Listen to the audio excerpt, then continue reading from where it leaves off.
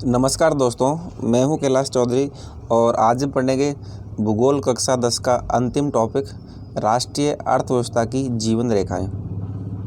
दोस्तों, ये हमारा कक्षा 10 ज्योग्राफी का अंतिम टॉपिक है। इससे पहले हमने कक्षा 6, कक्षा 7, कक्षा 8 और कक्षा 9 पढ़ ली थी और आज हमारी कक्षा 10 भी कंप्लीट हो जाएगी। इसका टॉपिक है दोस्तों राष्ट्रीय अर्थव्यवस्था की जीवन रेखाएं। दोस्तों, इस टॉपिक में हम जानेंगे कि राष्ट्रीय अर्थव्यवस्था है भारत की, उसकी जीवन रेखाएं कौन कौन सी हैं। दोस्तों, जीवन रेखाओं से मतलब यहाँ है कि हमारी अर्थव्यवस्था कौन कौन से साधनों से चलती है, जैसे सड़क परिवहन, जल परिवहन, वायु परिवहन, नौ परिवहन। विशेष रूप से दोस्तों इन परिवहन के बारे में है, क्योंकि जब परिवहन होगा तब अर्थव्यवस्था भी चलेगी, क्योंकि अर्थव्यवस्था के लिए परिवहन का एक बहुत बड़ा योगदान होता है। दोस्तों, यदि आप हमारे चैनल पर नए व्यूवर हैं तथा चैनल को अभी तक सब्सक्राइब नहीं किया है तो चैनल को सब्सक्राइब करें और बेल आइकन को प्रेस करना बिल्कुल ना भूलें, ताकि आने वाले हर नए वीडियो की नोटिफिकेशन आपको सबसे पहले मिलती रहे। दोस्तों, इसके अलावा इस वीडियो के लिंक को अपने व्हाट्सएप स्टेटस और फेसबुक स्टोरी पर ज़रूर शेयर करें, ताकि अधिक से अधिक विद्यार्थियों को इसका लाभ मिल सके। दोस्तों, हम एक बहुत महत्वपूर्ण पुस्तकों का अध्ययन कर रहे हैं। ये दोस्तों जो पुस्तकें हैं एनसीईआरटी की बहुत ज़्यादा महत्वपूर्ण है और प्रत्येक प्रतियोगी परीक्षाओं के लिए एक बेस है, इसलिए इनको पढ़ना बहुत ज़्यादा ज़रूरी है। आओ शुरू करते हैं।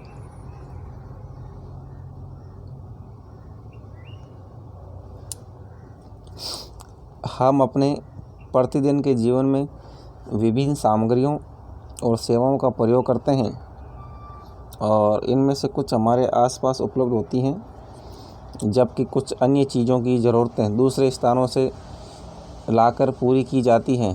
वस्तुएं तथा सेवाएं मांग स्थल से आपूर्ति स्थल पर अपने आप नहीं पहुंच जाती। वस्तुओं तथा सेवाओं की आपूर्ति स्थानों से मांग स्थानों तक ले जाने हेतु परिवहन की आवश्यकता होती है और कुछ व्यक्ति इसको उपलब्ध करवाने में संलग्न हैं। जो व्यक्ति उत्पाद को परिवहन द्वारा उपभोक्ताओं तक पहुंचाते हैं उन्हें व्यापारी कहा जाता है। दोस्तों, व्यापारी की डेफिनेशन आपको पता होनी चाहिए कि व्यापारी किसे कहेंगे, कि जो व्यक्ति उत्पाद को परिवहन द्वारा उपभोक्ताओं तक पहुंचाने का कार्य करते हैं वो व्यापारी कहलाते हैं।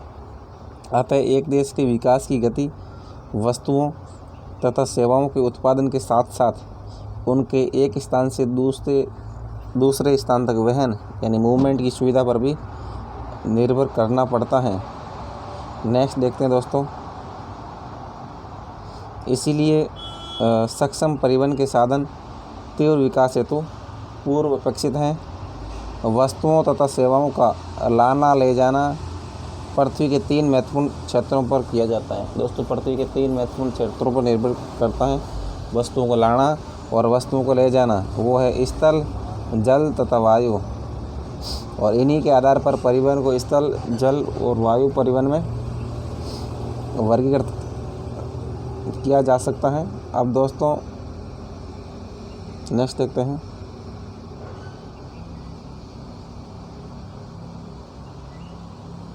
बहुत समय तक व्यापार तथा परिवहन सुविधा एक सीमित क्षेत्र तक किया जाता था। विज्ञान तथा प्रौद्योगिकी के विकास के साथ व्यापार व परिवहन के प्रभाव क्षेत्र में विस्तृत वृद्धि हुई है और सक्षम व तीव्र गति वाले परिवहन से आज संसार का एक बड़े गांव में परिवर्तित हो गया है। और परिवहन का यह विकास संचार साधनों के विकास की सहायता से ही संभव हो सका है और इसीलिए परिवहन, संचार और व्यापार एक दूसरे के पूरक है। दोस्तों, पता होना चाहिए हमें कि परिवहन हो गया, कि हमारा संचार हो गया और व्यापार है, ये तीनों एक दूसरे के पूरक हैं। आज भारत अपने विशाल आकार, विविधताओं, भाषाई और सामाजिक सांस्कृतिक बहुलताओं के बावजूद संसार के सभी क्षेत्रों में सुचारू रूप से जुड़ा हुआ है। रेल, वायु और जल परिवहन, समाचार पत्र, रेडियो, दूरदर्शन, सिनेमा तथा इंटरनेट आदि इसके सामाजिक आर्थिक विकास में अनेक प्रकार से सहायक हैं। दोस्तों, ये सभी सहायता करते हैं। सामाजिक आर्थिक विकास के अंदर, और स्थानिक से अंतर्राष्ट्रीय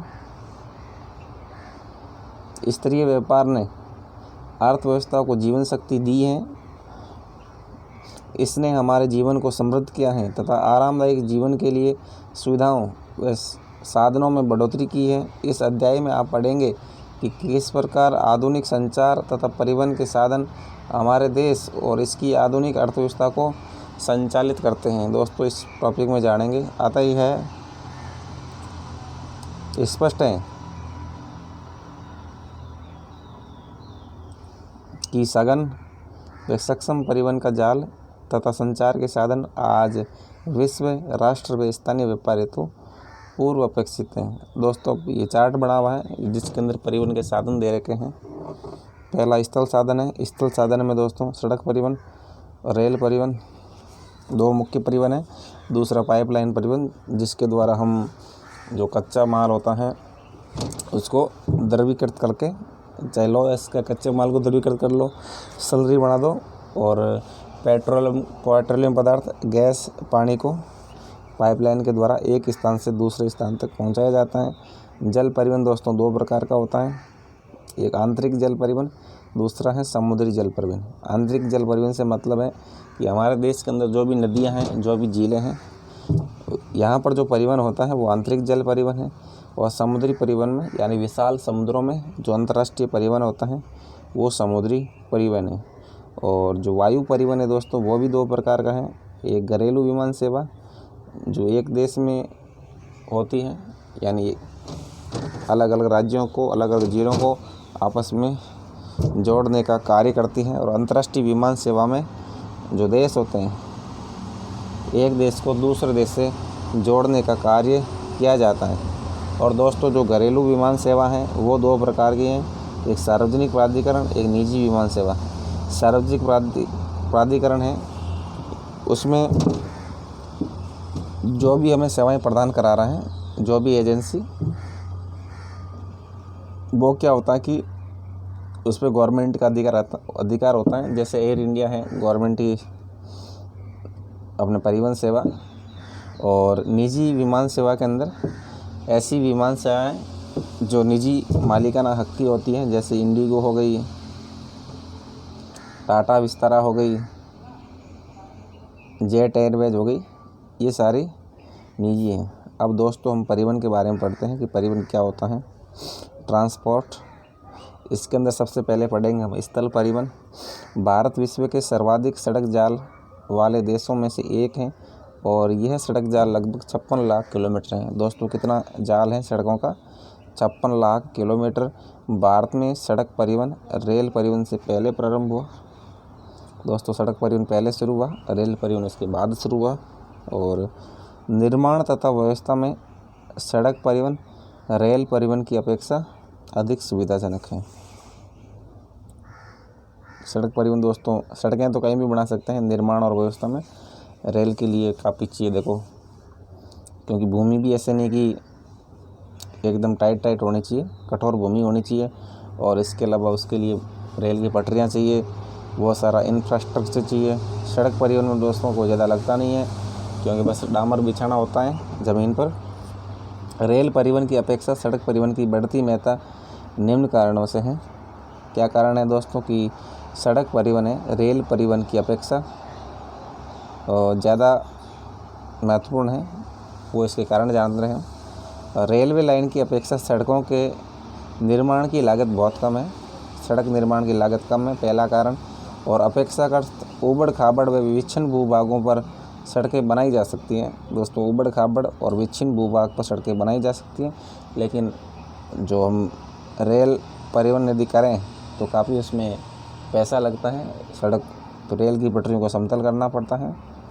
अधिक ढाल प्रवणता तथा पहाड़ी क्षेत्रों में भी सड़कें निर्मित की जा सकती हैं।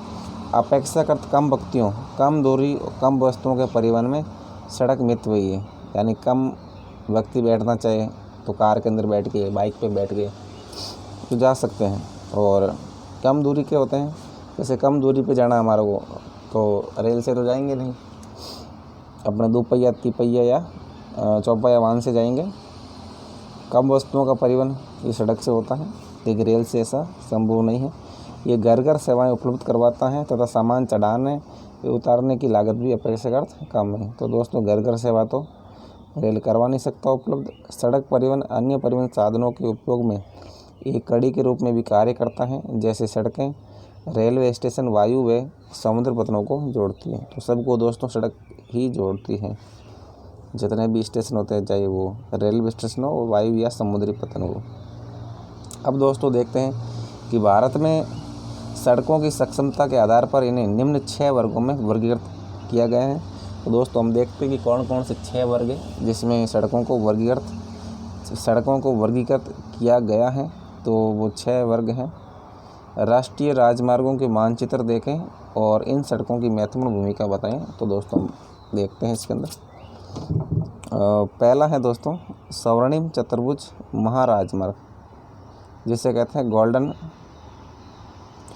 क्वाड्रिलेटरल सुपर हाईवे स्वर्णिम चतुर्भुज। ये दोस्तों हमारे दिवंगत प्रधानमंत्री अटल बिहारी वाजपेयी की योजना है।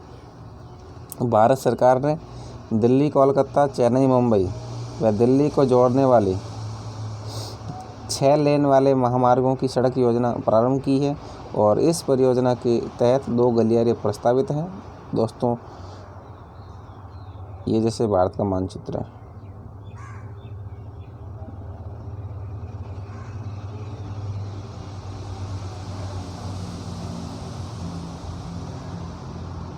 एक मिनट,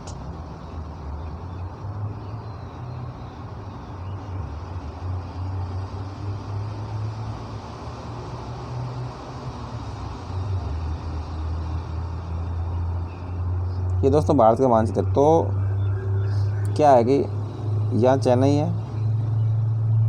इस साइड चेन्नई है, यहाँ मुंबई है, यहाँ दिल्ली है, यहाँ कोलकाता है। तो मतलब भारत के पश्चिमी हिस्से को पूर्वी हिस्से से जोड़ना और उत्तरी हिस्से को दक्षिणी हिस्से को जोड़ने को उत्तर दक्षिण और पूर्व पश्चिम गलियारा कहते हैं। प्रथम उत्तर दक्षिण गलियारा जो श्रीनगर को कन्याकुमारी से जोड़ता है। श्रीनगर दोस्तों सबसे उत्तर के अंदर है, जम्मू कश्मीर में, और कन्याकुमारी तमिलनाडु में। तथा द्वितीय जो पूर्व पश्चिम गलियारा जो सिलचर आसाम और पोरबंदर गुजरात को जोड़ता है। इस महाराजमार्ग का प्रमुख उद्देश्य है भारत के मेगा सिटी के मध्य की दूरी व परिवहन समय को न्यूनतम करना है। और ये राजमार्ग परियोजना भारत के राष्ट्रीय राजमार्ग प्राधिकरण यानी NHAI के अधिकार क्षेत्र में। दोस्तों आपको पता होना चाहिए कि ये राजमार्ग किस क्षेत्र के अंदर है। तो ये राजमार्ग हैं भारत के राष्ट्रीय राजमार्ग प्राधिकरण NHAI के अधिकार क्षेत्र में। अब हम देखते हैं राष्ट्रीय राजमार्ग नेशनल हाईवेज। राष्ट्रीय राजमार्ग देश के दूरस्थ भागों को जोड़ते हैं, यानी दूर के भाग होते हैं जहाँ रेल सुविधा नहीं हो, बहुत दुर्गम क्षेत्र हो, जहाँ बड़े बड़े वन हो, वहाँ जोड़ते हैं। और ये प्राथमिक सड़क तंत्र हैं जिनका निर्माण व रखरखाव केंद्रीय लोक निर्माण विभाग यानी CPWD के अधिकार क्षेत्र में है। तो राष्ट्रीय राजमार्ग का दोस्तों जो देख रेख का कार्य होता है वो CPWD के अधिकार क्षेत्र में है। और अनेक प्रमुख राष्ट्रीय राजमार्ग उत्तर से दक्षिण तथा पूर्व से पश्चिम दिशाओं में फैले हैं। दिल्ली व अमृतसर के मध्य ऐतिहासिक शेरशाह सूरी ने राष्ट्रीय राजमार्ग संख्या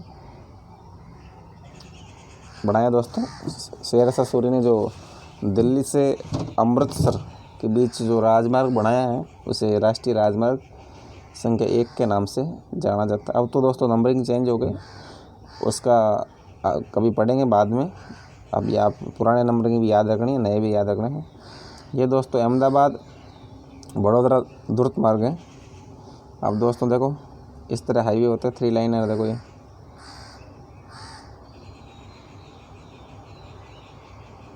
ये अहमदाबाद वडोदरा का है, कितना शानदार हाईवे है। अब ये क्या कह रहा है कि राष्ट्रीय राजमार्ग 2 और 3 के मार्ग पर आने वाले स्थानों के नाम बताइए। तो दोस्तों 2 और 3, 2 किसको जोड़ेगा?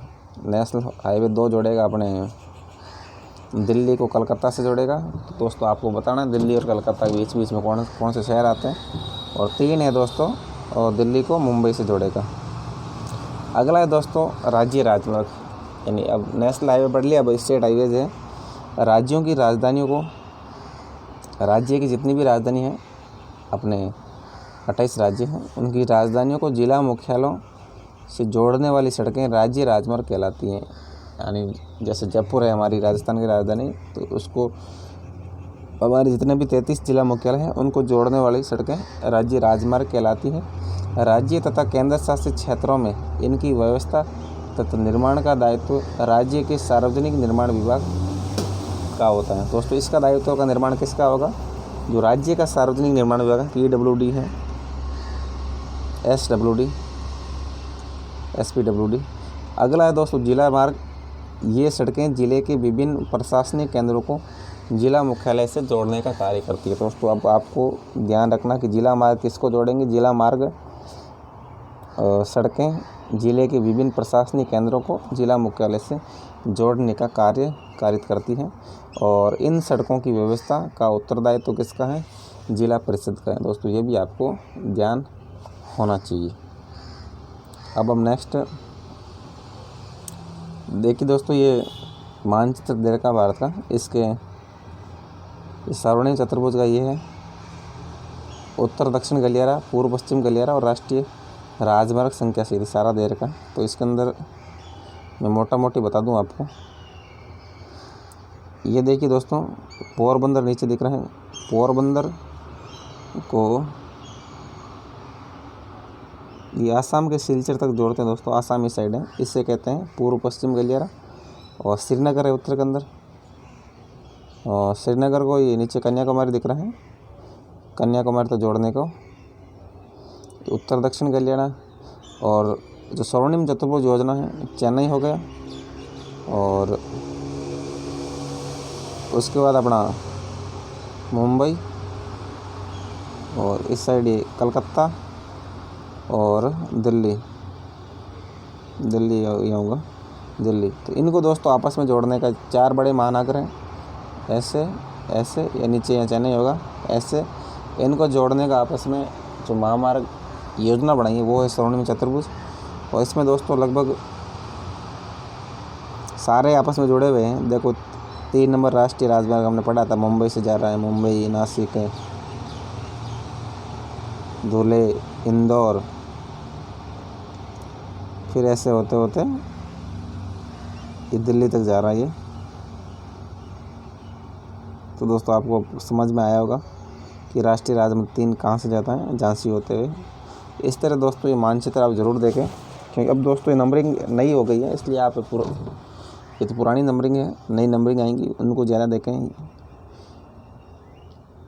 दोस्तों तो नई नंबरिंग आई है वो इस हिसाब से आई है, जैसे भारत में उत्तर दक्षिण है, तो उत्तर दक्षिण में इन्होंने क्या करा है कि नंबरिंग को विषम संख्या में जोड़ा। जैसे मान लो उत्तर से दक्षिण को इन्होंने सम संख्या में नंबरिंग दी है। जैसे पहले हमारा राष्ट्रीय राजमार्ग संख्या 8 था, राष्ट्रीय राजमार्ग संख्या 8, और जयपुर से होकर जाता था अपने दिल्ली से मुंबई के बीच। तो उसको इन्होंने नया नाम सम में दे दिया, उसको सब याद नहीं मेरे को सही ढंग से, 48 नंबर है। और फिर जैसे और विषम में ऐसे ऐसे जा रहे हैं, मतलब पूर्व से पश्चिम में जो राजमार्ग चल रहे हैं उनको विषम संख्या में नंबर दिए हैं। तो अगला जब भी टाइम मिलेगा टॉपिक बनाएंगे उस पर दोस्तों। अब देखते हैं अन्य सड़कें। ये उत्तर पूर्वी सीमा पर सड़क पर यातायात अरुणाचल प्रदेश में दोस्तों ऐसी पहाड़ियाँ हैं और ऐसी सड़कें हैं पहाड़ों पर। अन्य सड़कें इस वर्ग के अंतर्गत वे सड़कें आती हैं जो प्रधानमंत्री ग्रामीण क्षेत्रों और गांवों को शहरों से जोड़ती हैं। और प्रधानमंत्री ग्रामीण सड़क परियोजना, इसमें दोस्तों क्या है कि प्रधानमंत्री ग्रामीण सड़क परियोजना के तहत इन सड़कों के विकास को विशेष प्रोत्साहन मिला है। और इस परियोजना के कुछ विशेष प्रावधान हैं, जिसमें देश के प्रत्येक गांव को प्रमुख शहरों से पक्की सड़कों, वे सड़कें जिन पर वर्ष भर वाहन चल सके। पक्की सड़कें किसे कहेंगे? पक्की सड़कों से आशय ये है कि वे सड़कें जिन पर वर्ष भर वाहन चल सकें पक्की सड़कें कहलाती हैं। अगला है सीमांत सड़कें। सीमांत सड़कों में, अब दोस्तों सीमांत है, सीमांत तो आप समझे होंगे। मैं आपको बीच बीच में हिंदी ग्रामर के उदाहरण दे देता हूँ। देखो, आप एक सीमा होती है, ठीक है, इसका संधि विच्छेद करें, सीमा धन अंत, ठीक है, इसमें दीर्घ संधि है। यानी जो सीमावर्ती क्षेत्र है उसके अंतिम छोर पे जो क्षेत्र है उनको जोड़ने का कार्य करती है, उन्हें सीमांत सड़कें कहते हैं। अब वो कैसे हैं दोस्तों देखते हैं। उपरोक्त सड़कों के अतिरिक्त भारत सरकार प्राधिकरण यानी NHAI के अधीन सीमा सड़क संगठन है। इस संगठन का नाम है दोस्तों सीमा सड़क संगठन, जो देश के सीमांत क्षेत्रों में सड़कों का निर्माण व उनकी देखरेख करता है। तो दोस्तों, जो सीमांत क्षेत्र की सड़कें की देखरेख करता है उस संगठन का नाम भी आपको ध्यान रखना है। दोस्तों, इस संगठन का नाम है सीमा सड़क संगठन। दोस्तों, आपको बोलना नहीं है, इसका नाम ज़रूर याद रखें। तो यह भी एक बहुत महत्वपूर्ण संगठन है। और ये संगठन दोस्तों 1960 ईस्वी में बनाया गया। एक संगठन कब बना? अपना सीमा सड़क संगठन 1960 में बनाया गया, और जिसका कार्य उत्तर तथा उत्तरी पूर्वी क्षेत्रों में सामरिक महत्व की सड़कों का विकास करना है, और इन सड़कों के विकास से दुर्गम क्षेत्रों में अभिगमता बढ़ी है तथा ये इन क्षेत्रों के आंशिक विकास से भी हुआ है। यानी ये जब सीमा सड़क संगठन ने सड़कें बनाई तो क्षेत्र का विकास भी हुआ है। दोस्तों, विकास तो सीधी सी बात है, सड़क होगी तो विकास तो होगा ही है। ये दोस्तों पहाड़ी रास्ते इस प्रकार होते हैं, कितने खूबसूरत लगते हैं दूर से। देखो पहाड़, ये रास्ता देखो इस तरह ऐसे दिखता है सांप जैसा, और जब इस पर चलते हैं दोस्तों तो बहुत डर लगता है। आपने कभी पहाड़ी मार्ग से आप गए होंगे तो काफ़ी रोमांचकारी भी होता है। सड़क निर्माण में प्रयुक्त पदार्थ के आधार पर भी सड़कों को कच्ची व पक्की सड़कों में वर्गीकृत किया जाता है। कच्ची सड़क होती है जो गांव के अंदर होती है, गांव ढाणियों को जोड़ती हैं, और पक्की सड़क भी होती है। दोस्तों, पक्की सड़कें सीमेंट, कंक्रीट व तारकोल द्वारा निर्मित होती हैं, अतः ये 12मासी सड़कें हैं। और कच्ची सड़कें वर्षा ऋतु में अनुपयोगी हो जाती हैं। जो कच्ची सड़क दोस्तों हम जो मुड वगैरह डालते हैं तो वर्षा ऋतु में कई बार वो अनुपयोगी भी हो जाती हैं और कई बार नहीं भी होती हैं।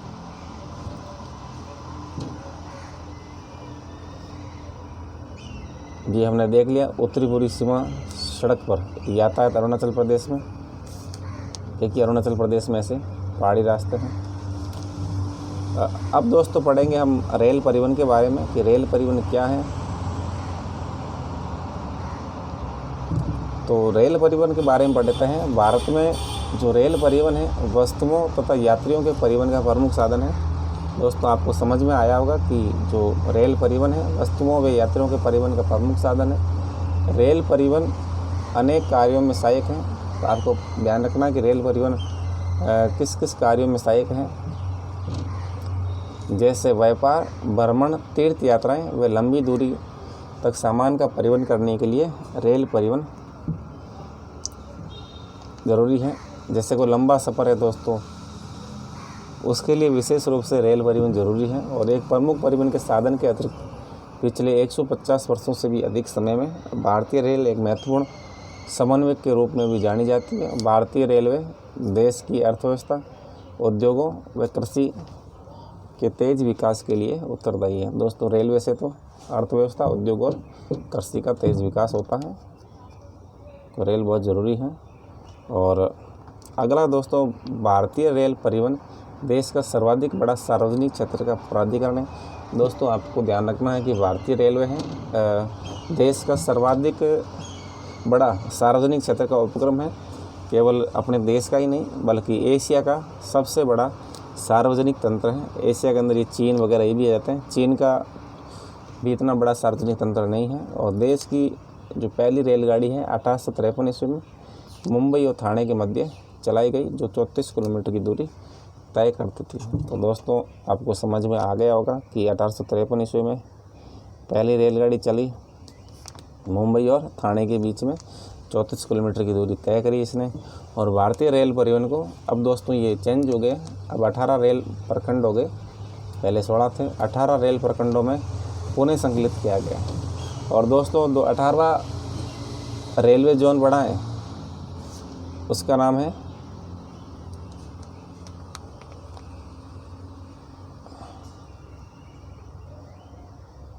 है दोस्तों दक्षिणी तटीय क्षेत्र। दक्षिणी तट में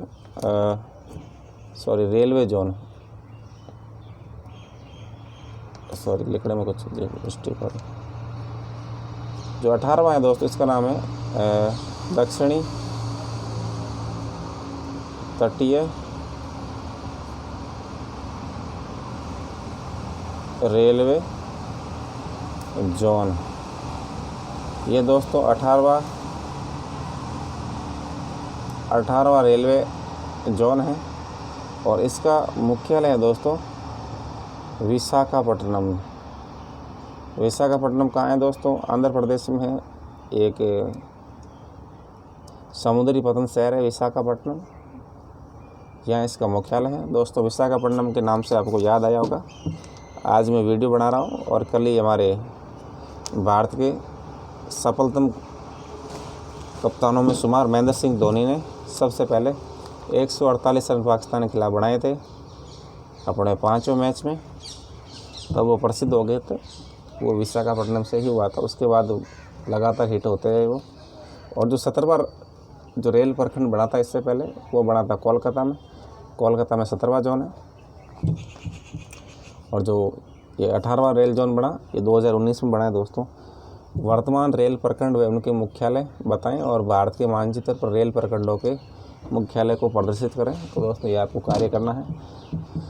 दोस्तों जो रेलवे जोन है वो मुख्य रूप से इस प्रकार बंटा है, जैसे उत्तरी रेलवे, दक्षिणी रेलवे, पूर्वी रेलवे, पश्चिमी रेलवे, मध्य रेलवे, जैसे 5 जोन ये हो गए।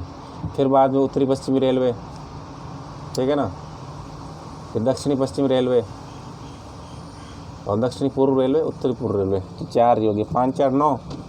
और इसके अलावा भी दोस्तों सीमांत रेलवे कई हैं, आप उसका मानचित्र बनाएं और बताएं कि इसका कहाँ पर मुख्यालय है। देश में रेल परिवहन के विकास को प्रभावित करने वाले कारकों में भू आकृतिक, आर्थिक व प्रशासकीय कारक प्रमुख हैं।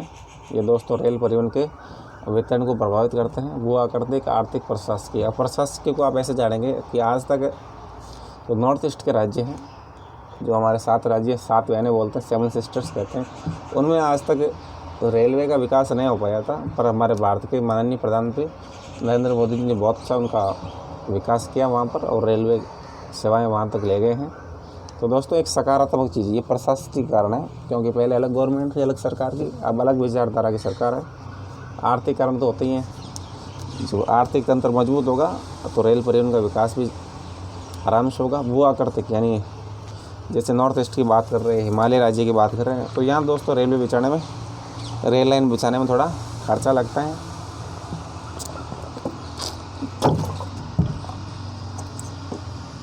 ये इससे दोस्तों भू आकृतिक कारक ये। नेक्स्ट है उत्तरी मैदान अपनी विस्तृत समतल भूमि,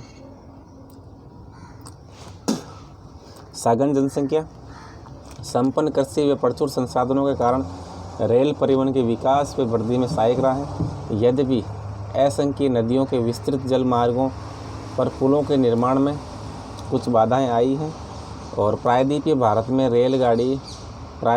दोस्तों जो रेल मार्ग हैं उबड़ खाबड़ पहाड़ी क्षेत्रों, छोटी पहाड़ियों, सुरंगों आदि से होकर गुजरते हैं। दोस्तों ये भी आपको ध्यान रखना है कि रेलगाड़ियाँ कहाँ से क्या गुजरती हैं, क्योंकि प्रायद्वीपीय भारत दोस्तों उबड़ खाबड़ है, पहाड़ी क्षेत्र है। हिमालय क्षेत्र में छोटी पहाड़ी सुरंगों से होकर गुजरता है और हिमालय पर्वतीय क्षेत्र में भी दुर्लभ, उच्चावच, विरल जनसंख्या और आर्थिक अवसरों की कमी के कारण रेलवे लाइन के निर्माण में प्रतिकूल परिस्थितियां उत्पन्न करता है। इसी प्रकार पश्चिमी राजस्थान, गुजरात के दलदली भाग, मध्य प्रदेश के वन क्षेत्र, छत्तीसगढ़, उड़ीसा, झारखंड में रेल लाइन निर्माण करना कठिन हो गया, क्योंकि यह वन क्षेत्र है, नक्सली लोग रहते हैं यहाँ। सह्याद्री तथा उससे सन्निध क्षेत्रों को भी घाट या दर्रों के द्वारा ही पार करना संभव है। दोस्तों, जो साउथ के क्षेत्र हैं इनको दर्रों के द्वारा पार करना ही संभव है।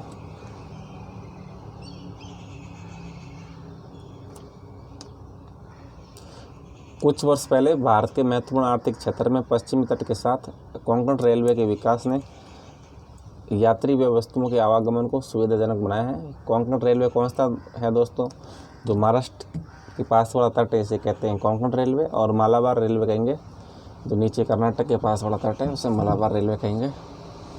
यद्यपि यहाँ असंख्य समस्याएं भी हैं, जैसे भूस्खलन, किसी भाग में रेलवे ट्रैक का धंसना, क्योंकि दोस्तों नीचे कई बार ज़मीन पोली रह जाती है, इस वजह से वो ट्रैक धंस जाता है। कई बार वर्षा होती है तो नीचे जो ज़मीन अपनी जगह छोड़ देती है और रेलवे ट्रैक धंस जाता है, जिससे जो रेल परिवहन का आवागमन है उसमें समस्या उत्पन्न होती है।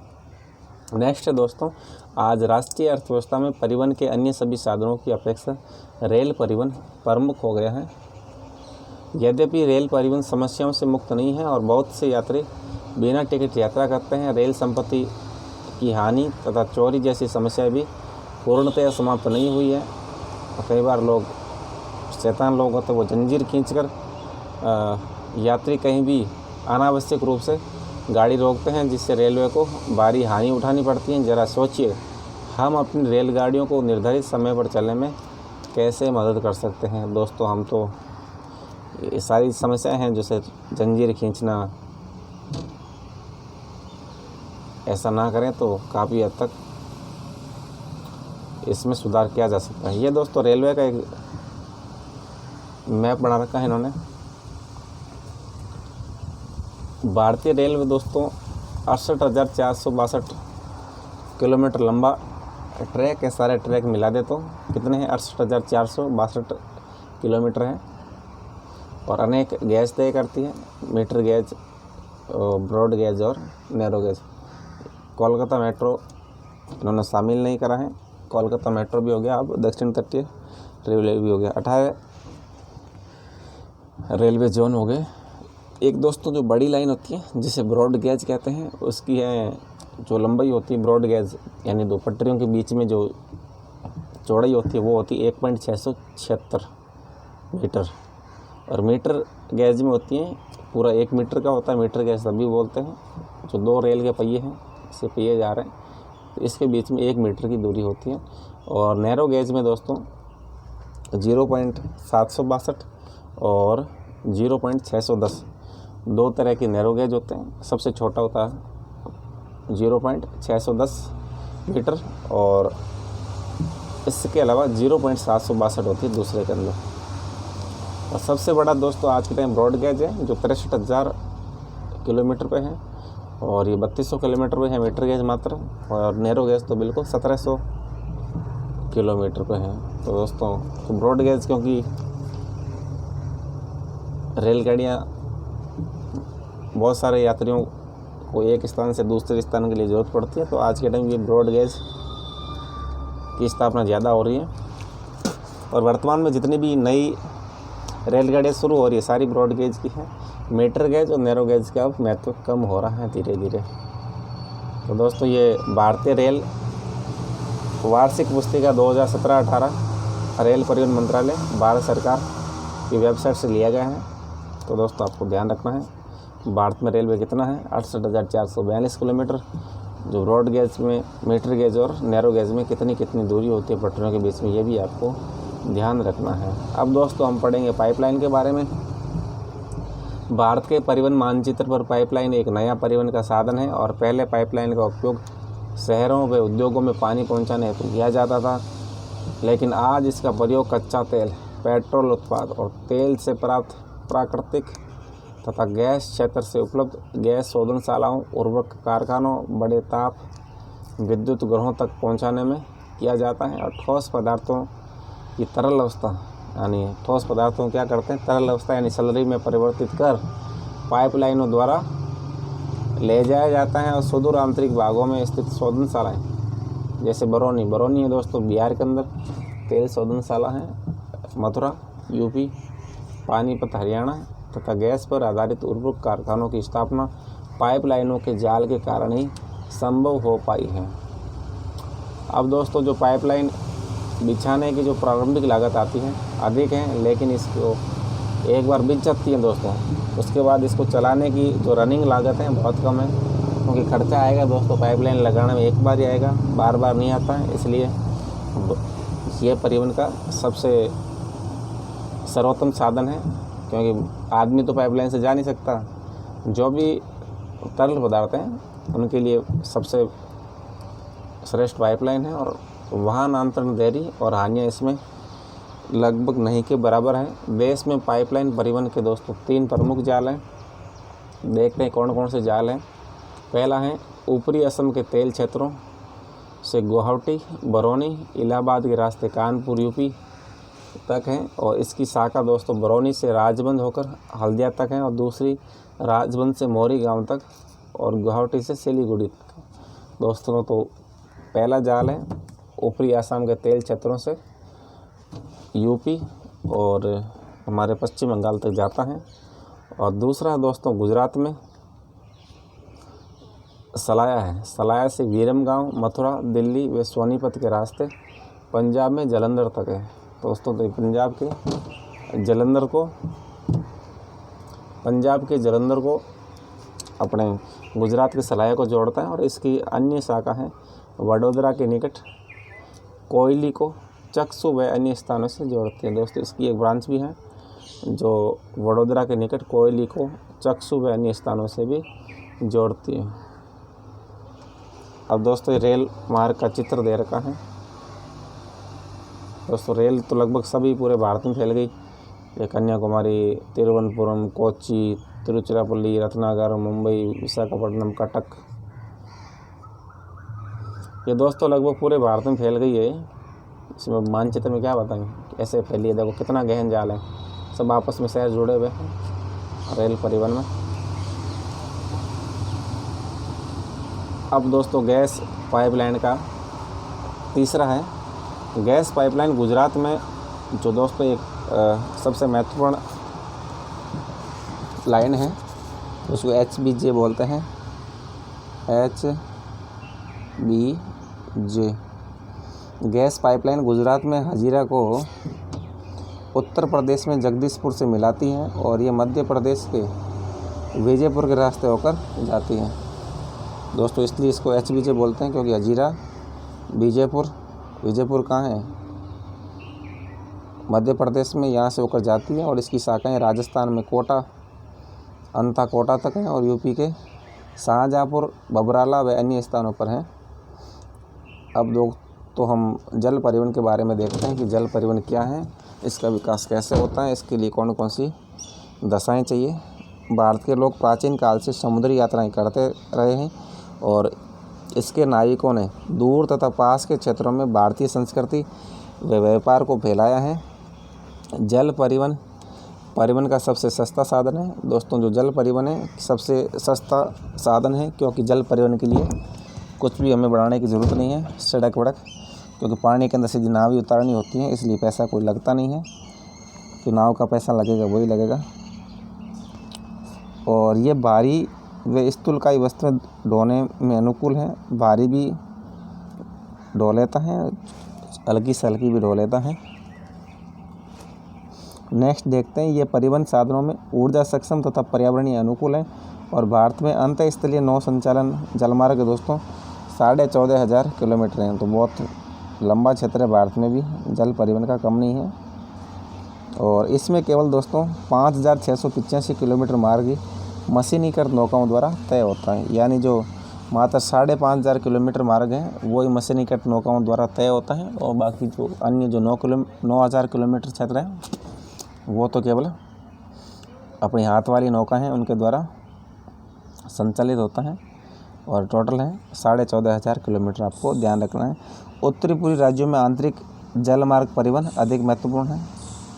क्योंकि दोस्तों नॉर्थ ईस्ट के राज्य हैं तो उसमें बहुत सारी नदियाँ हैं, ब्रह्मपुत्र की बहुत सारी शाखाएँ हैं, तो वहाँ नदी द्वारा आसानी से परिवहन किया जा सकता है। और इसके अलावा उत्तरी पूर्वी राज्यों में सड़कें तो बनेगी नहीं क्योंकि पहाड़ी इलाके हैं, तो वायु परिवहन भी उनके लिए सूट करता है, पर थोड़ा महंगा ज़रूर है वो। अब कह रहा नेक्स्ट, निम्न जलमार्गों को भारत सरकार द्वारा राष्ट्रीय जलमार्ग घोषित किया गया।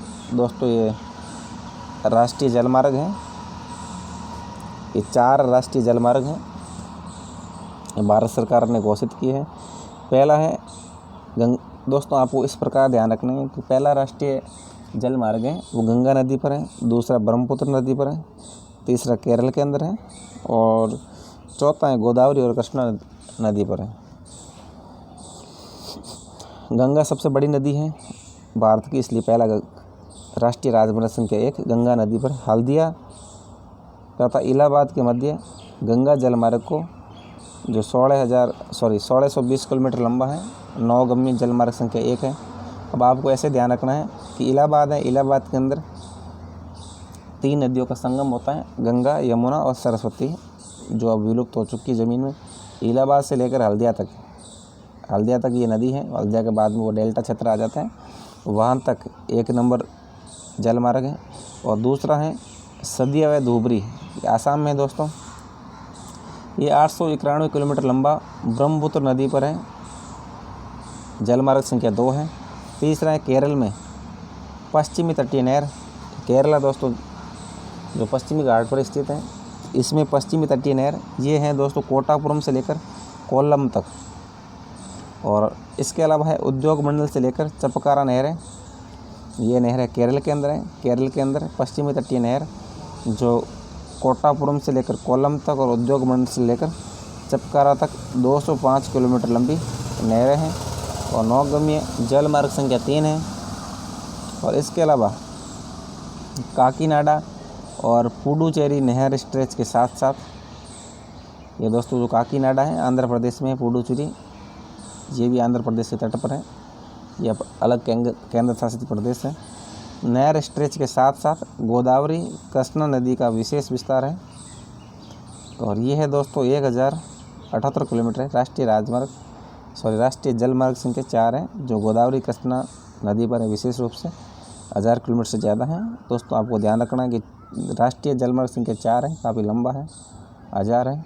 और 3 नंबर कम ही है, 205 किलोमीटर है।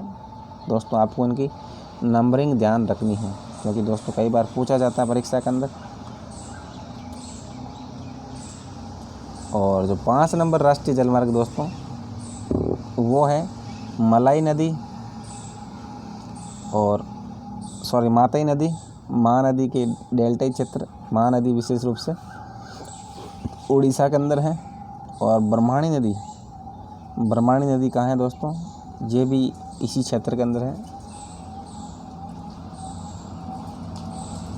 अपने झारखंड वाले क्षेत्र के अंदर है ब्रह्मणी नदी। और पूर्वी तटीय नहर के साथ ब्राह्मणी नदी का विशेष विस्तार है और ये 588 किलोमीटर लंबा जलमार्ग है। ये राष्ट्रीय जलमार्ग संख्या 5 है दोस्तों। राष्ट्रीय जलमार्ग संख्या 5 है, महानदी, ब्राह्मणी नदी और पूर्वी तटीय नहर के साथ साथ पहला है राष्ट्रीय जलमार्ग संख्या 5। कुछ अन्य अंतर जलमार्ग भी हैं दोस्तों, कुछ अन्य अंतर जलमार्ग भी हैं, उनका नाम भी आपको ध्यान रखना है जिन पर परिवहन होता है। इसमें मांडवी, जुआरी, कंबरजुआ, सुंदरवन, बराक और केरल के पश्चिमी जलीय क्षेत्र में भी ये अन्य जलमार्ग है दोस्तों। तो आपको ध्यान रखना है कि जो राष्ट्रीय जलमार्ग है वो 5 है। 5 कैसे याद करेंगे कि पहला है अपना गंगा नदी पर है, दूसरा ब्रह्मपुत्र नदी पर है, तीसरा केरल के अंदर पश्चिम तटीय नहर पर है और चौथा है दोस्तों गोदावरी और कृष्णा नदी पर है और 5वां है महानदी और ब्राह्मणी नदी पर है। दोस्तों ऐसे आप याद करें ताकि आपको ऑटोमेटिक परीक्षा में याद आ जाएगा। इन सब के अतिरिक्त विदेशी व्यापार भारतीय तट पर स्थित पत्तनों द्वारा किया जाता है। दोस्तों जो विदेशी व्यापार है भारतीय तट पर स्थित पत्तनों द्वारा किया जाता है और देश का 95% व्यापार है मुद्रा रूप में 68% समुद्र द्वारा ही होता है। तो दोस्तों कितना बड़ा क्षेत्र है, समुद्र का कितना योगदान है व्यापार में, एक बहुत बड़ा योगदान है, आप इसमें देख ही रहे हैं।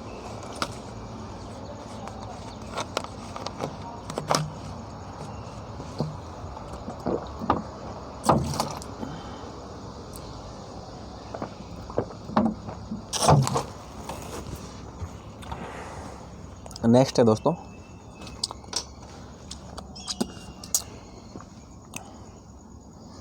प्रमुख समुद्री पतन कौन कौन से हैं देश के अंदर, उसके बारे में हम जानेंगे। दोस्तों समुद्री पतन तो आपको पता है जो भारत की तटवर्ती रेखा है, तो तटीय राज्य हैं जिनसे समुद्र टच होता है, चाहे हिंद महासागर हो या फिर अरब सागर या बंगाल की खाड़ी हो, तो पतन वहाँ पर होंगे। भारत की 7,516 किलोमीटर लंबी समुद्री तट रेखा, ये दोस्तों हमने पढ़ा था 7,516 किलोमीटर लंबी समुद्री तट रेखा है, जिसके अंदर अंडमान निकोबार और लक्षद्वीप भी शामिल है। और वैसे हैं 6100 किलोमीटर है, इनको शामिल नहीं करें। अंडमान निकोबार द्वीप समूह और लक्षद्वीप को शामिल नहीं करें तो है 6100 किलोमीटर, और इनको शामिल करें तो 7,500 किलोमीटर है। के साथ 12 प्रमुख हैं, 200 मध्यम वे छोटे पतन हैं। ये प्रमुख पतन देश का 95% विदेशी व्यापार संचालित करते हैं। ये दोस्तों 12 बड़े पतन और 200 मध्यम वे छोटे पतनों से देश का 95% विदेशी व्यापार इन समुद्री पतन द्वारा होता है। दोस्तों तो ज़्यादातर विदेशी व्यापार होता है समुद्री पतन द्वारा होता है, और बाकी जो 5% है वो अपने रेल मार्ग, वायु मार्ग और सड़क मार्ग के द्वारा होता है। स्वतंत्रता प्राप्ति के कच्छ में कांडला पतन पहले पतन के रूप में विकसित किया गया था। सबसे पहले कांडला पतन है गुजरात के अंदर, वो विकसित किया गया। ऐसा देश विभाजन से कराची पतन की कमी को पूरा करने तथा मुंबई से होने वाले व्यापारिक दबाव को कम करने के लिए किया गया, क्योंकि जब देश का विभाजन हुआ तो कराची पतन पाकिस्तान में चला गया, इस वजह से इसका निर्माण हुआ है। दोस्तों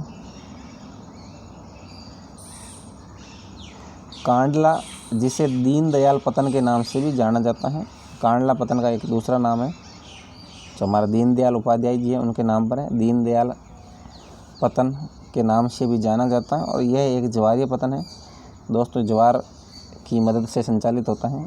जब वो ज्वार भाटा आता है, यहाँ जो हमारे कच्छ की खाड़ी है, खंबात की खाड़ी है, इससे दोस्तों ये आराम से संचालित होता है।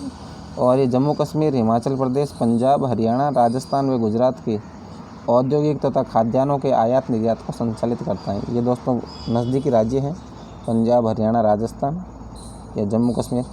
इनसे 2 खाद्यान्न हैं जो विदेशों के अंदर आयात निर्यात करना है तो कांडला पोर्ट के द्वारा ही होता है, क्योंकि इनसे सब कांडला नज़दीक पड़ता है। मुंबई वृद्धम पतन है, एक बड़ा पतन है दोस्तों मुंबई का, जिसके प्राकृतिक खुले विस्तृत व सुचारू पोताश्रय हैं। और मुंबई पतन के अधिक परिवहन को ध्यान में रखकर इसके सामने जवाहरलाल नेहरू पतन विकसित किया गया। दोस्तों मुंबई पतन के पास में एक जवाहरलाल नेहरू पतन विकसित किया है, ताकि इसमें जो ज़्यादा आवाज़ें होती हैं उसको जवाहरलाल नेहरू पतन पर शिफ्ट किया जा सके, जो इस पूरे क्षेत्र को एक समूह के रूप में जोड़ता है।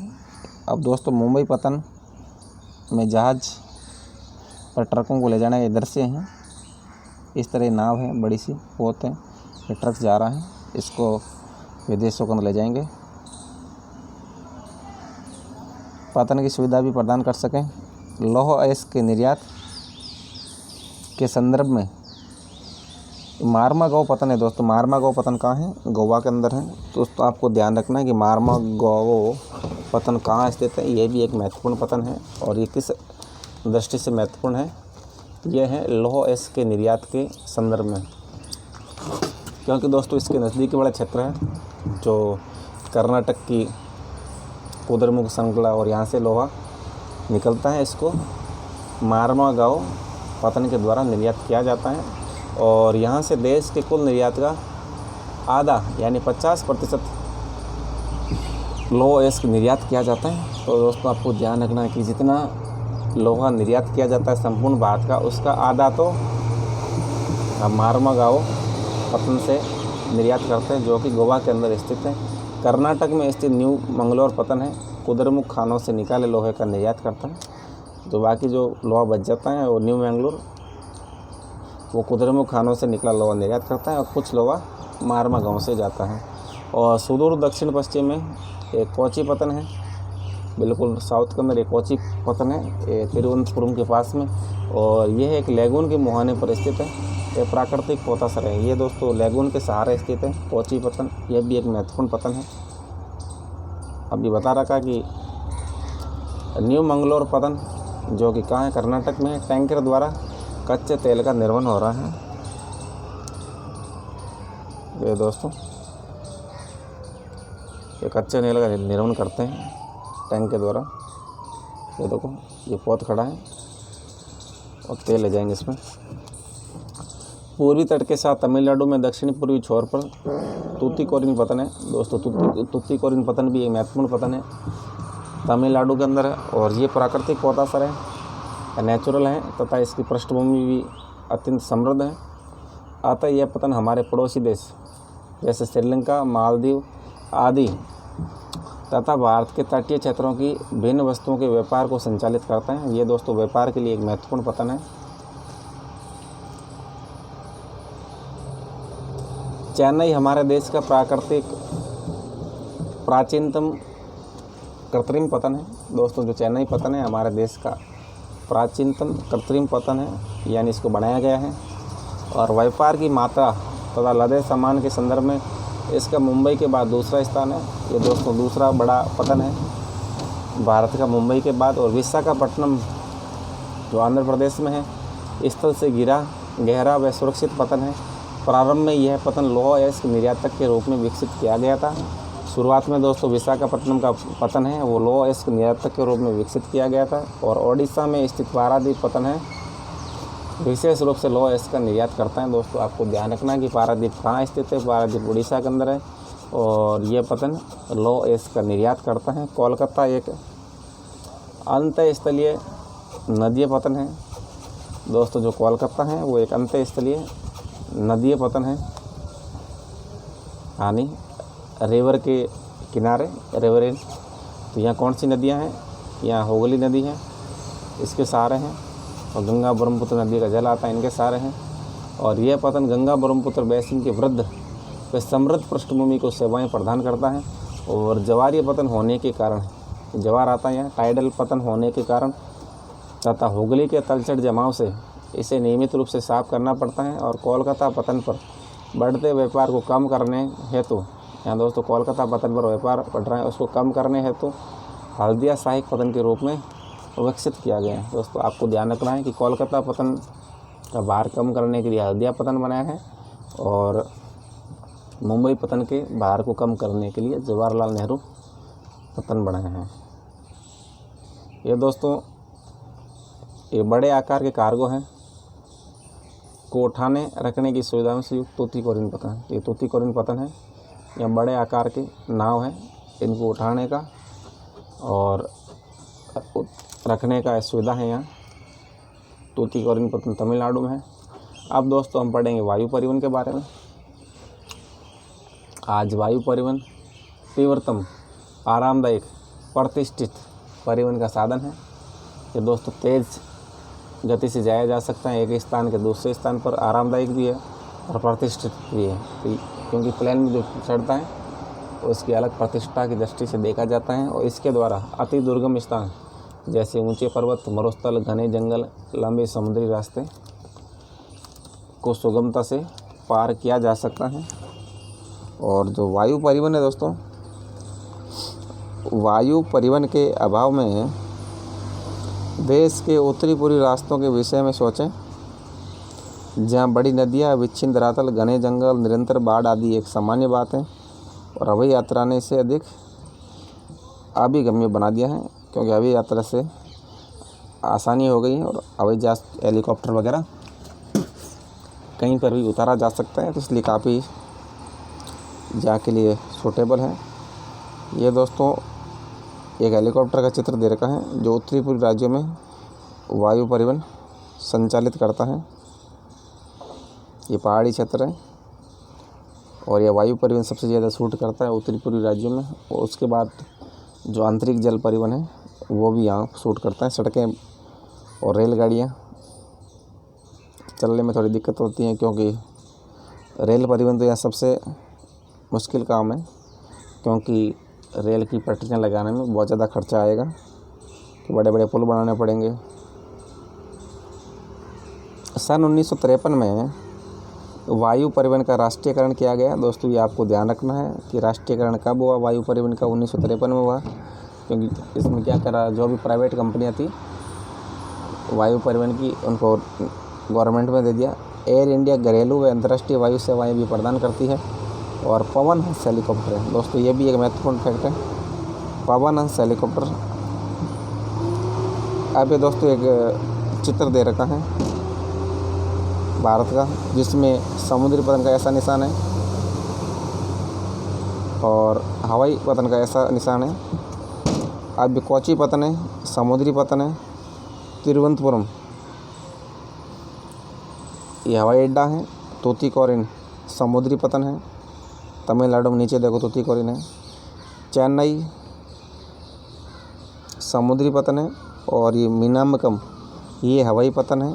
न्यू मैंगलोर समुद्री पतन है। मारमागांव समुद्री पतन है। हैदराबाद हवाई पतन है।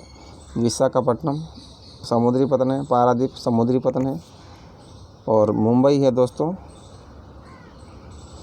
समुद्री पतन है। जवाहरलाल नेहरू भी समुद्री पतन है और छत्रपति शिवाजी ये हवाई पतन है। यहाँ दोस्तों 3 है।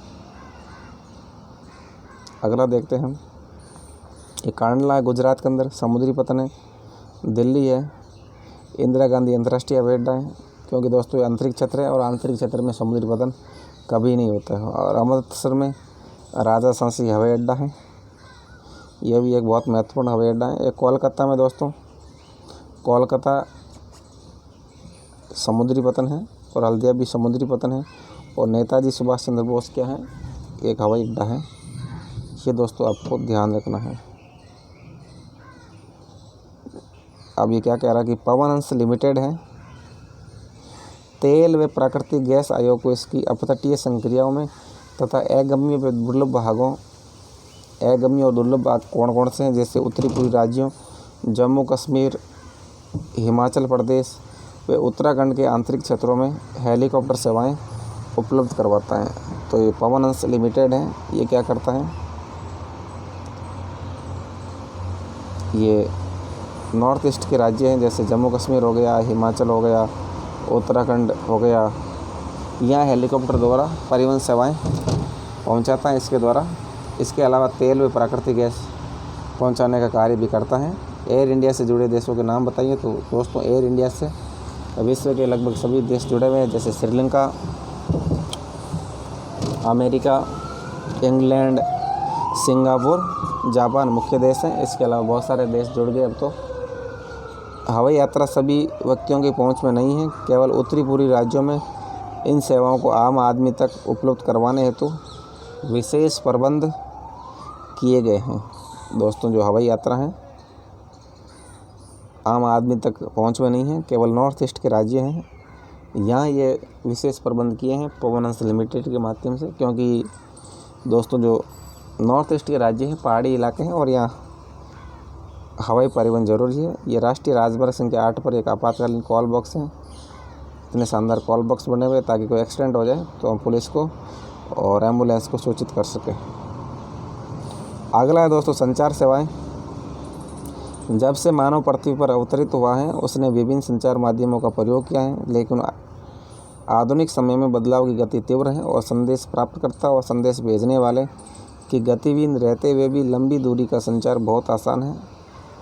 अब आराम से इंटरनेट की मदद से हम संदेश भेज सकते हैं, मेल, फैक्स, फ़ोन, व्हाट्सएप कुछ भी कर सकते हैं। निजी दूरसंचार तथा जनसंचार में दूरदर्शन, रेडियो, समाचार पत्र समूह, प्रेस व सिनेमा आदि देश के प्रमुख संचार साधन हैं। और भारत का डाक संचार तंत्र विश्व का वृत्तम है, यानी एक बहुत बड़ा तंत्र है डाक संचार तंत्र। और ये पार्सल, निजी पत्र व्यवहार तथा तार आदि को संचालित करता है। कार्ड व लिफाफा बंद चिट्ठी पहली श्रेणी की डाक समझी जाती है। तो दोस्तों कार्ड और लिफाफा होता है, यानी ये ज़रूरी भेजना होता है, ये फर्स्ट कैटेगरी होती है इसकी। तथा विभिन्न स्थानों पर वायुयान द्वारा पहुंचाए जाते हैं।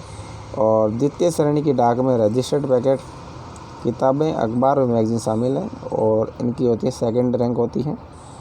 रजिस्टर्ड पैकेट, किताबें, अखबार और मैगजीन। और ये क्या धरातलीय डाक द्वारा पहुंचाई जाती है, इनको रेल परिवहन द्वारा पहुंचाया जाता है। और इसके लिए स्थल व जल परिवहन का प्रयोग किया जाता है। बड़े शहरों नगरों में डाक संचार में शीघ्रता हेतु हाल ही में 6 डाक मार्ग बनाए गए हैं। बड़े शहर और नगरों में 6 डाक मार्ग बनाए हैं ताकि वो जल्दी से जल्दी डाक पहुंचाई जा सके। और इन्हें राजधानी मार्ग, मेट्रो चैनल, ग्रीन चैनल में विभाजित किया है। क्या आप जानते हैं कि डिजिटल भारत एक ज्ञान आधारित परिवर्तन के लिए भारत को तैयार करने के लिए एक विशाल कार्यक्रम है। और डिजिटल भारत सूचना का मुख्य उद्देश्य क्या है? डिजिटल भारत कार्यक्रम का मुख्य उद्देश्य है IT यानी भारतीय प्रतिभा। IT,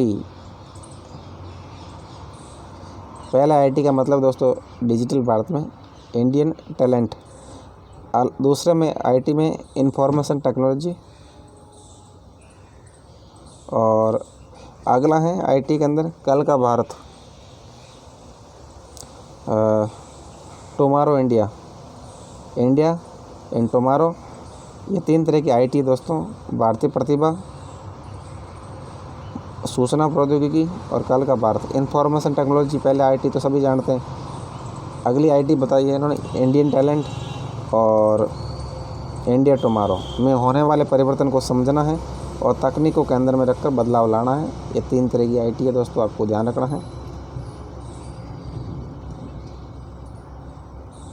ये कह रहा कि व्यापार चैनल बाहरी चैनल व दस्तावेज चैनल के नाम से जाना जाता है। ये दोस्तों चैनल है डाक के अंदर, व्यापार चैनल, बाहरी चैनल, दस्तावेज चैनल। और पहले हमने 2-3 चैनल और बढ़े थे। दूरसंचार तंत्र में भारत एशिया महाद्वीप में अग्रणी है। और दोस्तों दूरसंचार तंत्र है, इसके अंदर हमारा एशिया महाद्वीप में अग्रणी है। और नगरीय क्षेत्रों के अतिरिक्त भारत के 2/3 से अधिक गांव STD दूरभाष सेवा से जुड़े हैं। STD से भी जुड़े हैं भारत के 2/3 से अधिक गांव। अब तो दोस्तों मोबाइल आ गए, अब STD की ज़्यादा ज़रूरत नहीं है। सूचनाओं के प्रसार को आधार स्तर से उच्च स्तर तक समृद्ध करने हेतु भारत सरकार ने देश के प्रत्येक गांव में 24 घंटे STD सुविधा के विशेष प्रबंध किए हैं। और पूरे देश भर में STD की दरों को भी नियमित किया है। और ये सब सूचना संचार अंतरिक्ष प्रौद्योगिकी के समन्वित विकास से ही संभव हो पाया है दोस्तों। सारा ये सूचना टेक्नोलॉजी से पॉसिबल हो पाया है। अब क्या कह रहा नेक्स्ट, जनसंचार मानव को मनोरंजन के साथ बहुत से राष्ट्रीय कार्यक्रमों व नीतियों के विषय में जागरूक करता है। और इसमें रेडियो, दूरदर्शन, समाचार पत्र पत्रिकाएं, किताबें तथा चलचित्र सम्मिलित हैं। ये दोस्तों रेडियो, दूरदर्शन, समाचार पत्र पत्रिकाएं, किताबें, चलचित्र हैं। आकाशवाणी जिसको हम ऑल इंडिया रेडियो कहते हैं, राष्ट्रीय, क्षेत्रीय तथा स्थानीय भाषा में देश के विभिन्न भागों में अनेक वर्गों के व्यक्तियों के लिए विविध कार्यक्रम प्रसारित करता है। दूरदर्शन हो गया तो देश का राष्ट्रीय समाचार या संदेश माध्यम है तथा विश्व के वृहत्तम संचार तंत्र में से एक है। और यह विभिन्न आयु वर्ग के व्यक्तियों हेतु मनोरंजक हैं, ज्ञानवर्धक हैं, खेल जगत संबंधी कार्यक्रम प्रसारित करता है दूरदर्शन दोस्तों। अब तो बहुत सारे चैनल आ गए, सब पे अलग अलग आते हैं। दूरदर्शन तो आज बहुत कम लोग देखते हैं। भारत में वर्ष भर अनेक समाचार पत्र, सामयिक पत्रिकाएं प्रकाशित की जाती हैं। और ये पत्रिकाएं सामयिक होने के नाते जैसे मासिक हो गई, साप्ताहिक आदि कई प्रकार की हैं। समाचार पत्र लगभग 100 भाषाओं तथा वॉल्यूम में प्रकाशित होते हैं दोस्तों। इतनी भाषाओं में समाचार पत्र प्रकाशित होते हैं। और क्या आप जानते हैं कि हमारे देश में सर्वाधिक समाचार पत्र हिंदी भाषा में प्रकाशित होते हैं? क्योंकि दोस्तों भारत के अंदर लगभग 46% भाग में हिंदी बोली जाती है या समझी जाती है। और इसके बाद अंग्रेजी व उर्दू के समाचार पत्र आते हैं। भारत विश्व में सर्वाधिक चलचित्रों का उत्पादक भी है दोस्तों। सबसे ज़्यादा फिल्में भी भारत में बनती हैं। बहुत सारे एक्टर और एक्ट्रेस हैं यहाँ के। और ये कम अवधि वाली फिल्में, वीडियो फीचर फिल्म और छोटी वीडियो फिल्में बनाता है। और भारतीय विदेशी सभी फिल्मों को प्रमाणित करने का अधिकार किसके पास है दोस्तों? केंद्रीय फिल्म प्रमाणन बोर्ड के पास में है। ये तुम्हारा central board of film certification है, ये सारी फिल्मों को प्रमाणित करता है। सेंसर बोर्ड कहते हैं इसको। सेंसर बोर्ड के पास सारी जिम्मेदारी है। सेंसर बोर्ड कई बार उनको ऐसा सीन लगे कि वो हमारे को सांस्कृतिक रूप से या फिर सामाजिक रूप से नुकसान पहुंचा सकते हैं, तो वो सीन काट देते कई बार। अगला है दोस्तों अंतर्राष्ट्रीय व्यापार, कि भारत में अंतर्राष्ट्रीय व्यापार किस प्रकार से है। राज्यों व देशों में व्यक्तियों के बीच वस्तुओं का आदान प्रदान व्यापार कहलाता है। तो व्यापार की डेफिनेशन आपको समझ में आ गई होगी। राज्य व देश में व्यक्तियों के बीच वस्तुओं का आदान प्रदान है, वो व्यापार कहलाएगा। और बाजार एक ऐसी जगह है जहाँ इसका विनिमय किया जाता है। दो देशों के मध्य यह व्यापार अंतर्राष्ट्रीय व्यापार कहलाता है। तो दोस्तों दो देशों के बीच व्यापार होगा वो अंतर्राष्ट्रीय व्यापार कहलाएगा। और अंतर्राष्ट्रीय व्यापार समुद्री, हवाई व स्थलीय मार्गों द्वारा हो सकता है। यद्यपि स्थानीय व्यापार शहरों, कस्बों व गाँवों में होता है। दोस्तों जो स्थानीय व्यापार होता है शहर, गाँव और कस्बों में होता है। और राज्य स्तरीय व्यापार दो या दो से अधिक राज्यों के मध्य होता है। और एक देश के अंतर्राष्ट्रीय व्यापार की प्रगति उसके आर्थिक वैभव का सूचक है, इसलिए इसे राष्ट्र का आर्थिक बैरोमीटर भी कहते हैं। तो अंतर्राष्ट्रीय व्यापार से दोस्तों तो राष्ट्र का विकास होता है, राष्ट्र का आर्थिक बैरोमीटर भी कहते हैं, क्योंकि अंतर्राष्ट्रीय व्यापार में दोस्तों जो आयात और निर्यात होता है उससे भी देश का विकास काफ़ी हद तक प्रभावित होता है। नेक्स्ट है दोस्तों, सभी देश अंतर्राष्ट्रीय व्यापार पर निर्भर हैं, क्योंकि संसाधनों की उपलब्धता क्षेत्रीय है। क्योंकि संसाधन दोस्तों सभी जगह उपलब्ध नहीं होते हैं, इसलिए हमें आयात और निर्यात करना पड़ता है। अर्थात इनका वितरण असमान है। आयात और निर्यात दोस्तों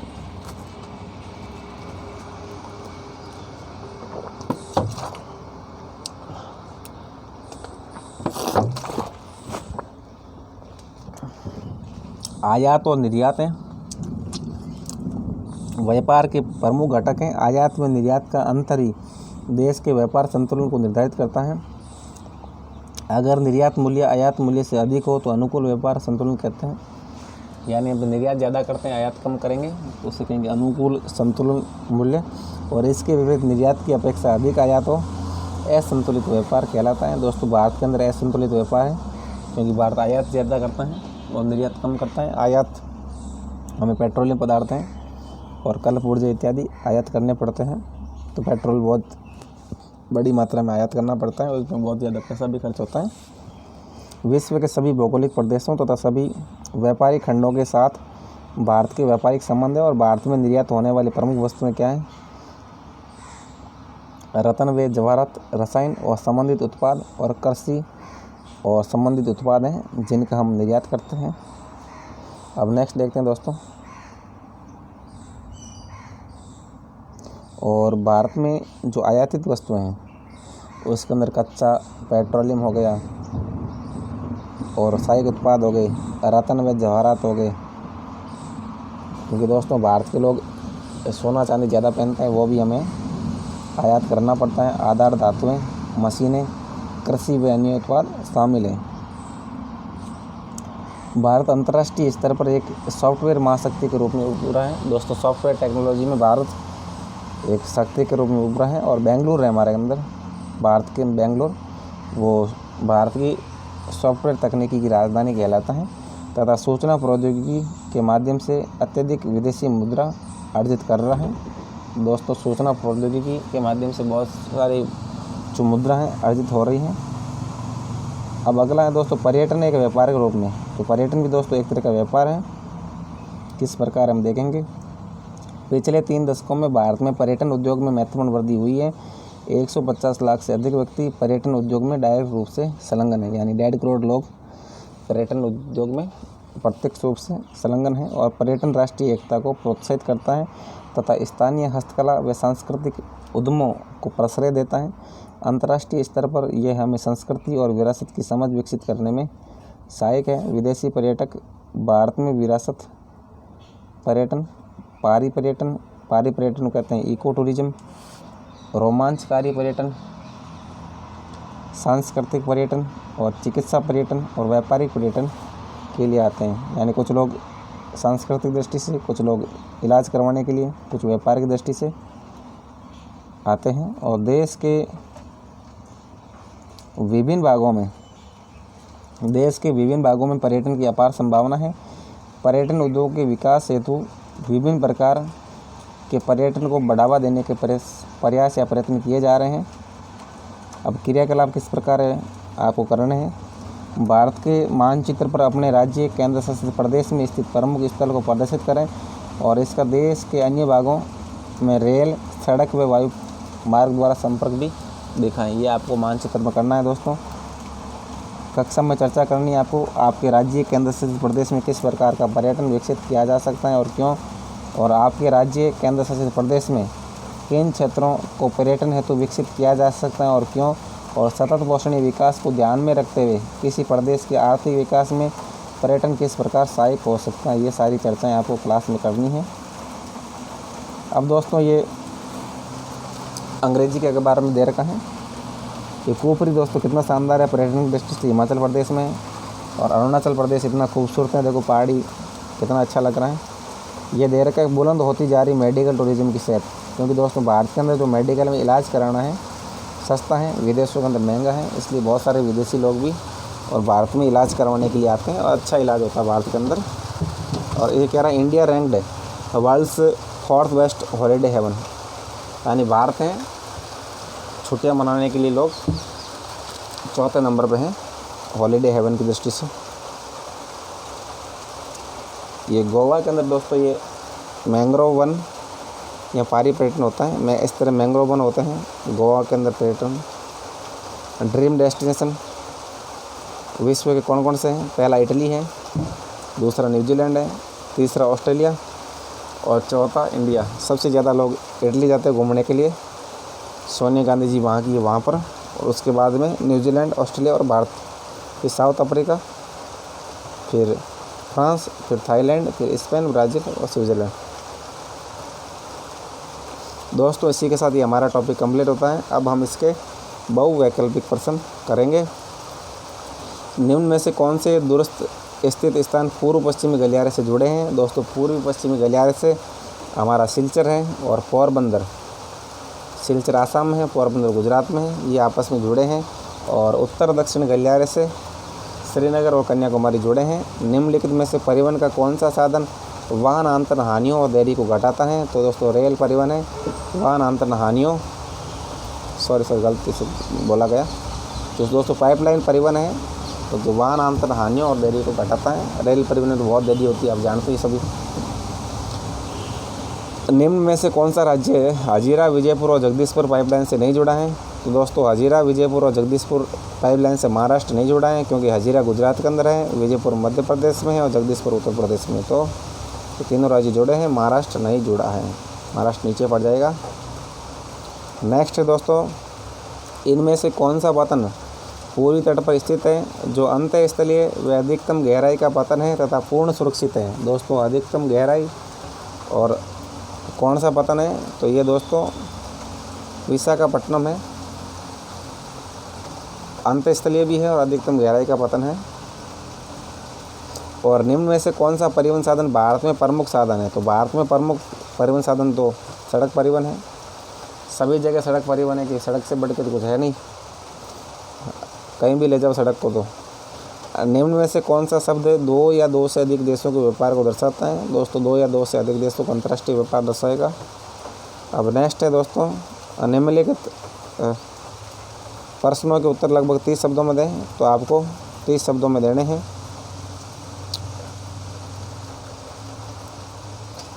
सड़क परिवहन के 3 गुण बताइए। तो दोस्तों सड़क परिवहन जो इसे बोलते क्या, सुगम आवाजाही, कहीं भी आ जा सकते हैं, पहला गुण ये है। और सड़क परिवहन कम व्यक्तियों के परिवहन का साधन, यह भी है। और सड़क परिवहन सर्वसुलभ, सभी जगह सुलभ है। रेल परिवहन कहाँ पर अत्यधिक सुविधाजनक परिवहन साधन है तथा क्यों। दोस्तों रेल परिवहन है जो हमारे मैदानी भाग है, यहाँ सबसे सुविधाजनक साधन है, क्योंकि रेल जो मैदानी भागों में जो रेलवे ट्रैक बनाने में सुविधा होती है और इसके अलावा जनसंख्या भी अच्छी खासी होती है, तो इनकम भी बहुत अच्छी होती है। इसलिए विशेष रूप से जो मैदानी भाग है वहाँ रेल परिवहन एक सबसे श्रेष्ठ साधन समझा जाता है। सीमांत सड़कों का महत्व बताइए। दोस्तों सीमांत सड़कें बहुत महत्वपूर्ण होती है। इसको सीमा सड़क संगठन इसको संचालित करता है और सीमांत सड़कें जो देश के सीमांत क्षेत्र हैं उनको आपस में जोड़ने का और देश की राजधानी से जोड़ने का कार्य किया जाता है। व्यापार से आप क्या समझते हैं दोस्तों? व्यापार जब वस्तुओं को एक स्थान से दूसरे स्थान पर जो आदान प्रदान किया जाता है वो व्यापार कहलाता है। स्थानीय व्यापार जो अपने देश में और लोकल स्तर पर होता है, राज्यों के बीच के अंदर, जिलों के बीच में, और अंतर्राष्ट्रीय व्यापार एक देश से दूसरे देश के मध्य होता है। यह दोस्तों निम्नलिखित प्रश्नों के उत्तर 120 शब्दों में दीजिए, आपको खुद को करना है। परिवहन तथा संचार के साधन किसी देश की जीवन रेखा तथा अर्थव्यवस्था क्यों कहे जाते हैं? ये दोस्तों मैंने ऊपर आपको बहुत अच्छी तरह से समझाया है। पिछले 15 वर्षों में अंतर्राष्ट्रीय व्यापार की बदलती प्रवृत्ति पर लेख लिखें, ये आप खुद करें। अब ये प्रश्न पहली है, उत्तर दक्षिण गलियारे का उत्तरी छोर कौन सा है? तो श्रीनगर है दोस्तों, हमने अच्छी तरह से पढ़ा था। राष्ट्रीय राजमार्ग संख्या 2 का क्या नाम है? दोस्तों राष्ट्रीय राजमार्ग संख्या 2 जो हमारा दिल्ली से कोलकाता को जोड़ता है, इसे ग्रैंड ट्रंक जीटी रोड के नाम से जानते हैं। जीटी रोड या grand trunk road, grand trunk road के नाम से जानते हैं। दक्षिणी रेलवे खंड का मुख्यालय कहाँ है? दोस्तों दक्षिणी रेलवे खंड का मुख्यालय चेन्नई के अंदर है। और ये क्या कह रहा है? 1.676 मीटर चौड़ाई वाले रेल मार्ग का नाम। तो दोस्तों 1.676 मीटर की जो रेल है उसे ब्रॉड गेज कहते हैं और 1 मीटर की मीटर गेज है। और इसके अलावा 1.610 नैरो गेज और 762 नैरो गेज। नैरो गेज 2 तरह की है, 0.610 और 0.762। ये नैरो गेज है जो सबसे कम चलती है भारत के अंदर। उसके बाद मीटर गेज 1 मीटर की है और ब्रॉड गेज 1.676 मीटर चौड़ी होती है। और राष्ट्रीय राजमार्ग संख्या 7 का दक्षिणतम बिंदु किनारा कौन सा है? दोस्तों कन्याकुमारी है। राष्ट्रीय राजमार्ग संख्या 7 का एक नदी पतन, ये नदी के किनारे बसा हुआ पतन कौन सा है? दोस्तों नदी पतन तो हल्दिया पतन है, वो नदी पतन है, जवारी नदियाँ मिलती है, गंगा ब्रह्मपुत्र नदी। उत्तरी भारत का व्यस्तम रेलवे जंक्शन कौन सा है? दोस्तों उत्तरी भारत का व्यस्तम रेलवे जंक्शन है दिल्ली। तो दिल्ली जंक्शन है उत्तरी भारत का व्यस्तम रेलवे जंक्शन में से एक है। दोस्तों इसी के साथ ही हमारा टॉपिक कंप्लीट होता है और इसी के साथ ही हमारी जो कक्षा 10 की भूगोल भी पूरी होती है और इसके साथ हमारी कक्षा 6 से लेकर कक्षा 10 तक की भूगोल पूर्ण हो गई है। और इसके बाद हम इतिहास पढ़ेंगे कक्षा 6 से। और आज के लिए बस इतना ही। जय हिंद, जय भारत।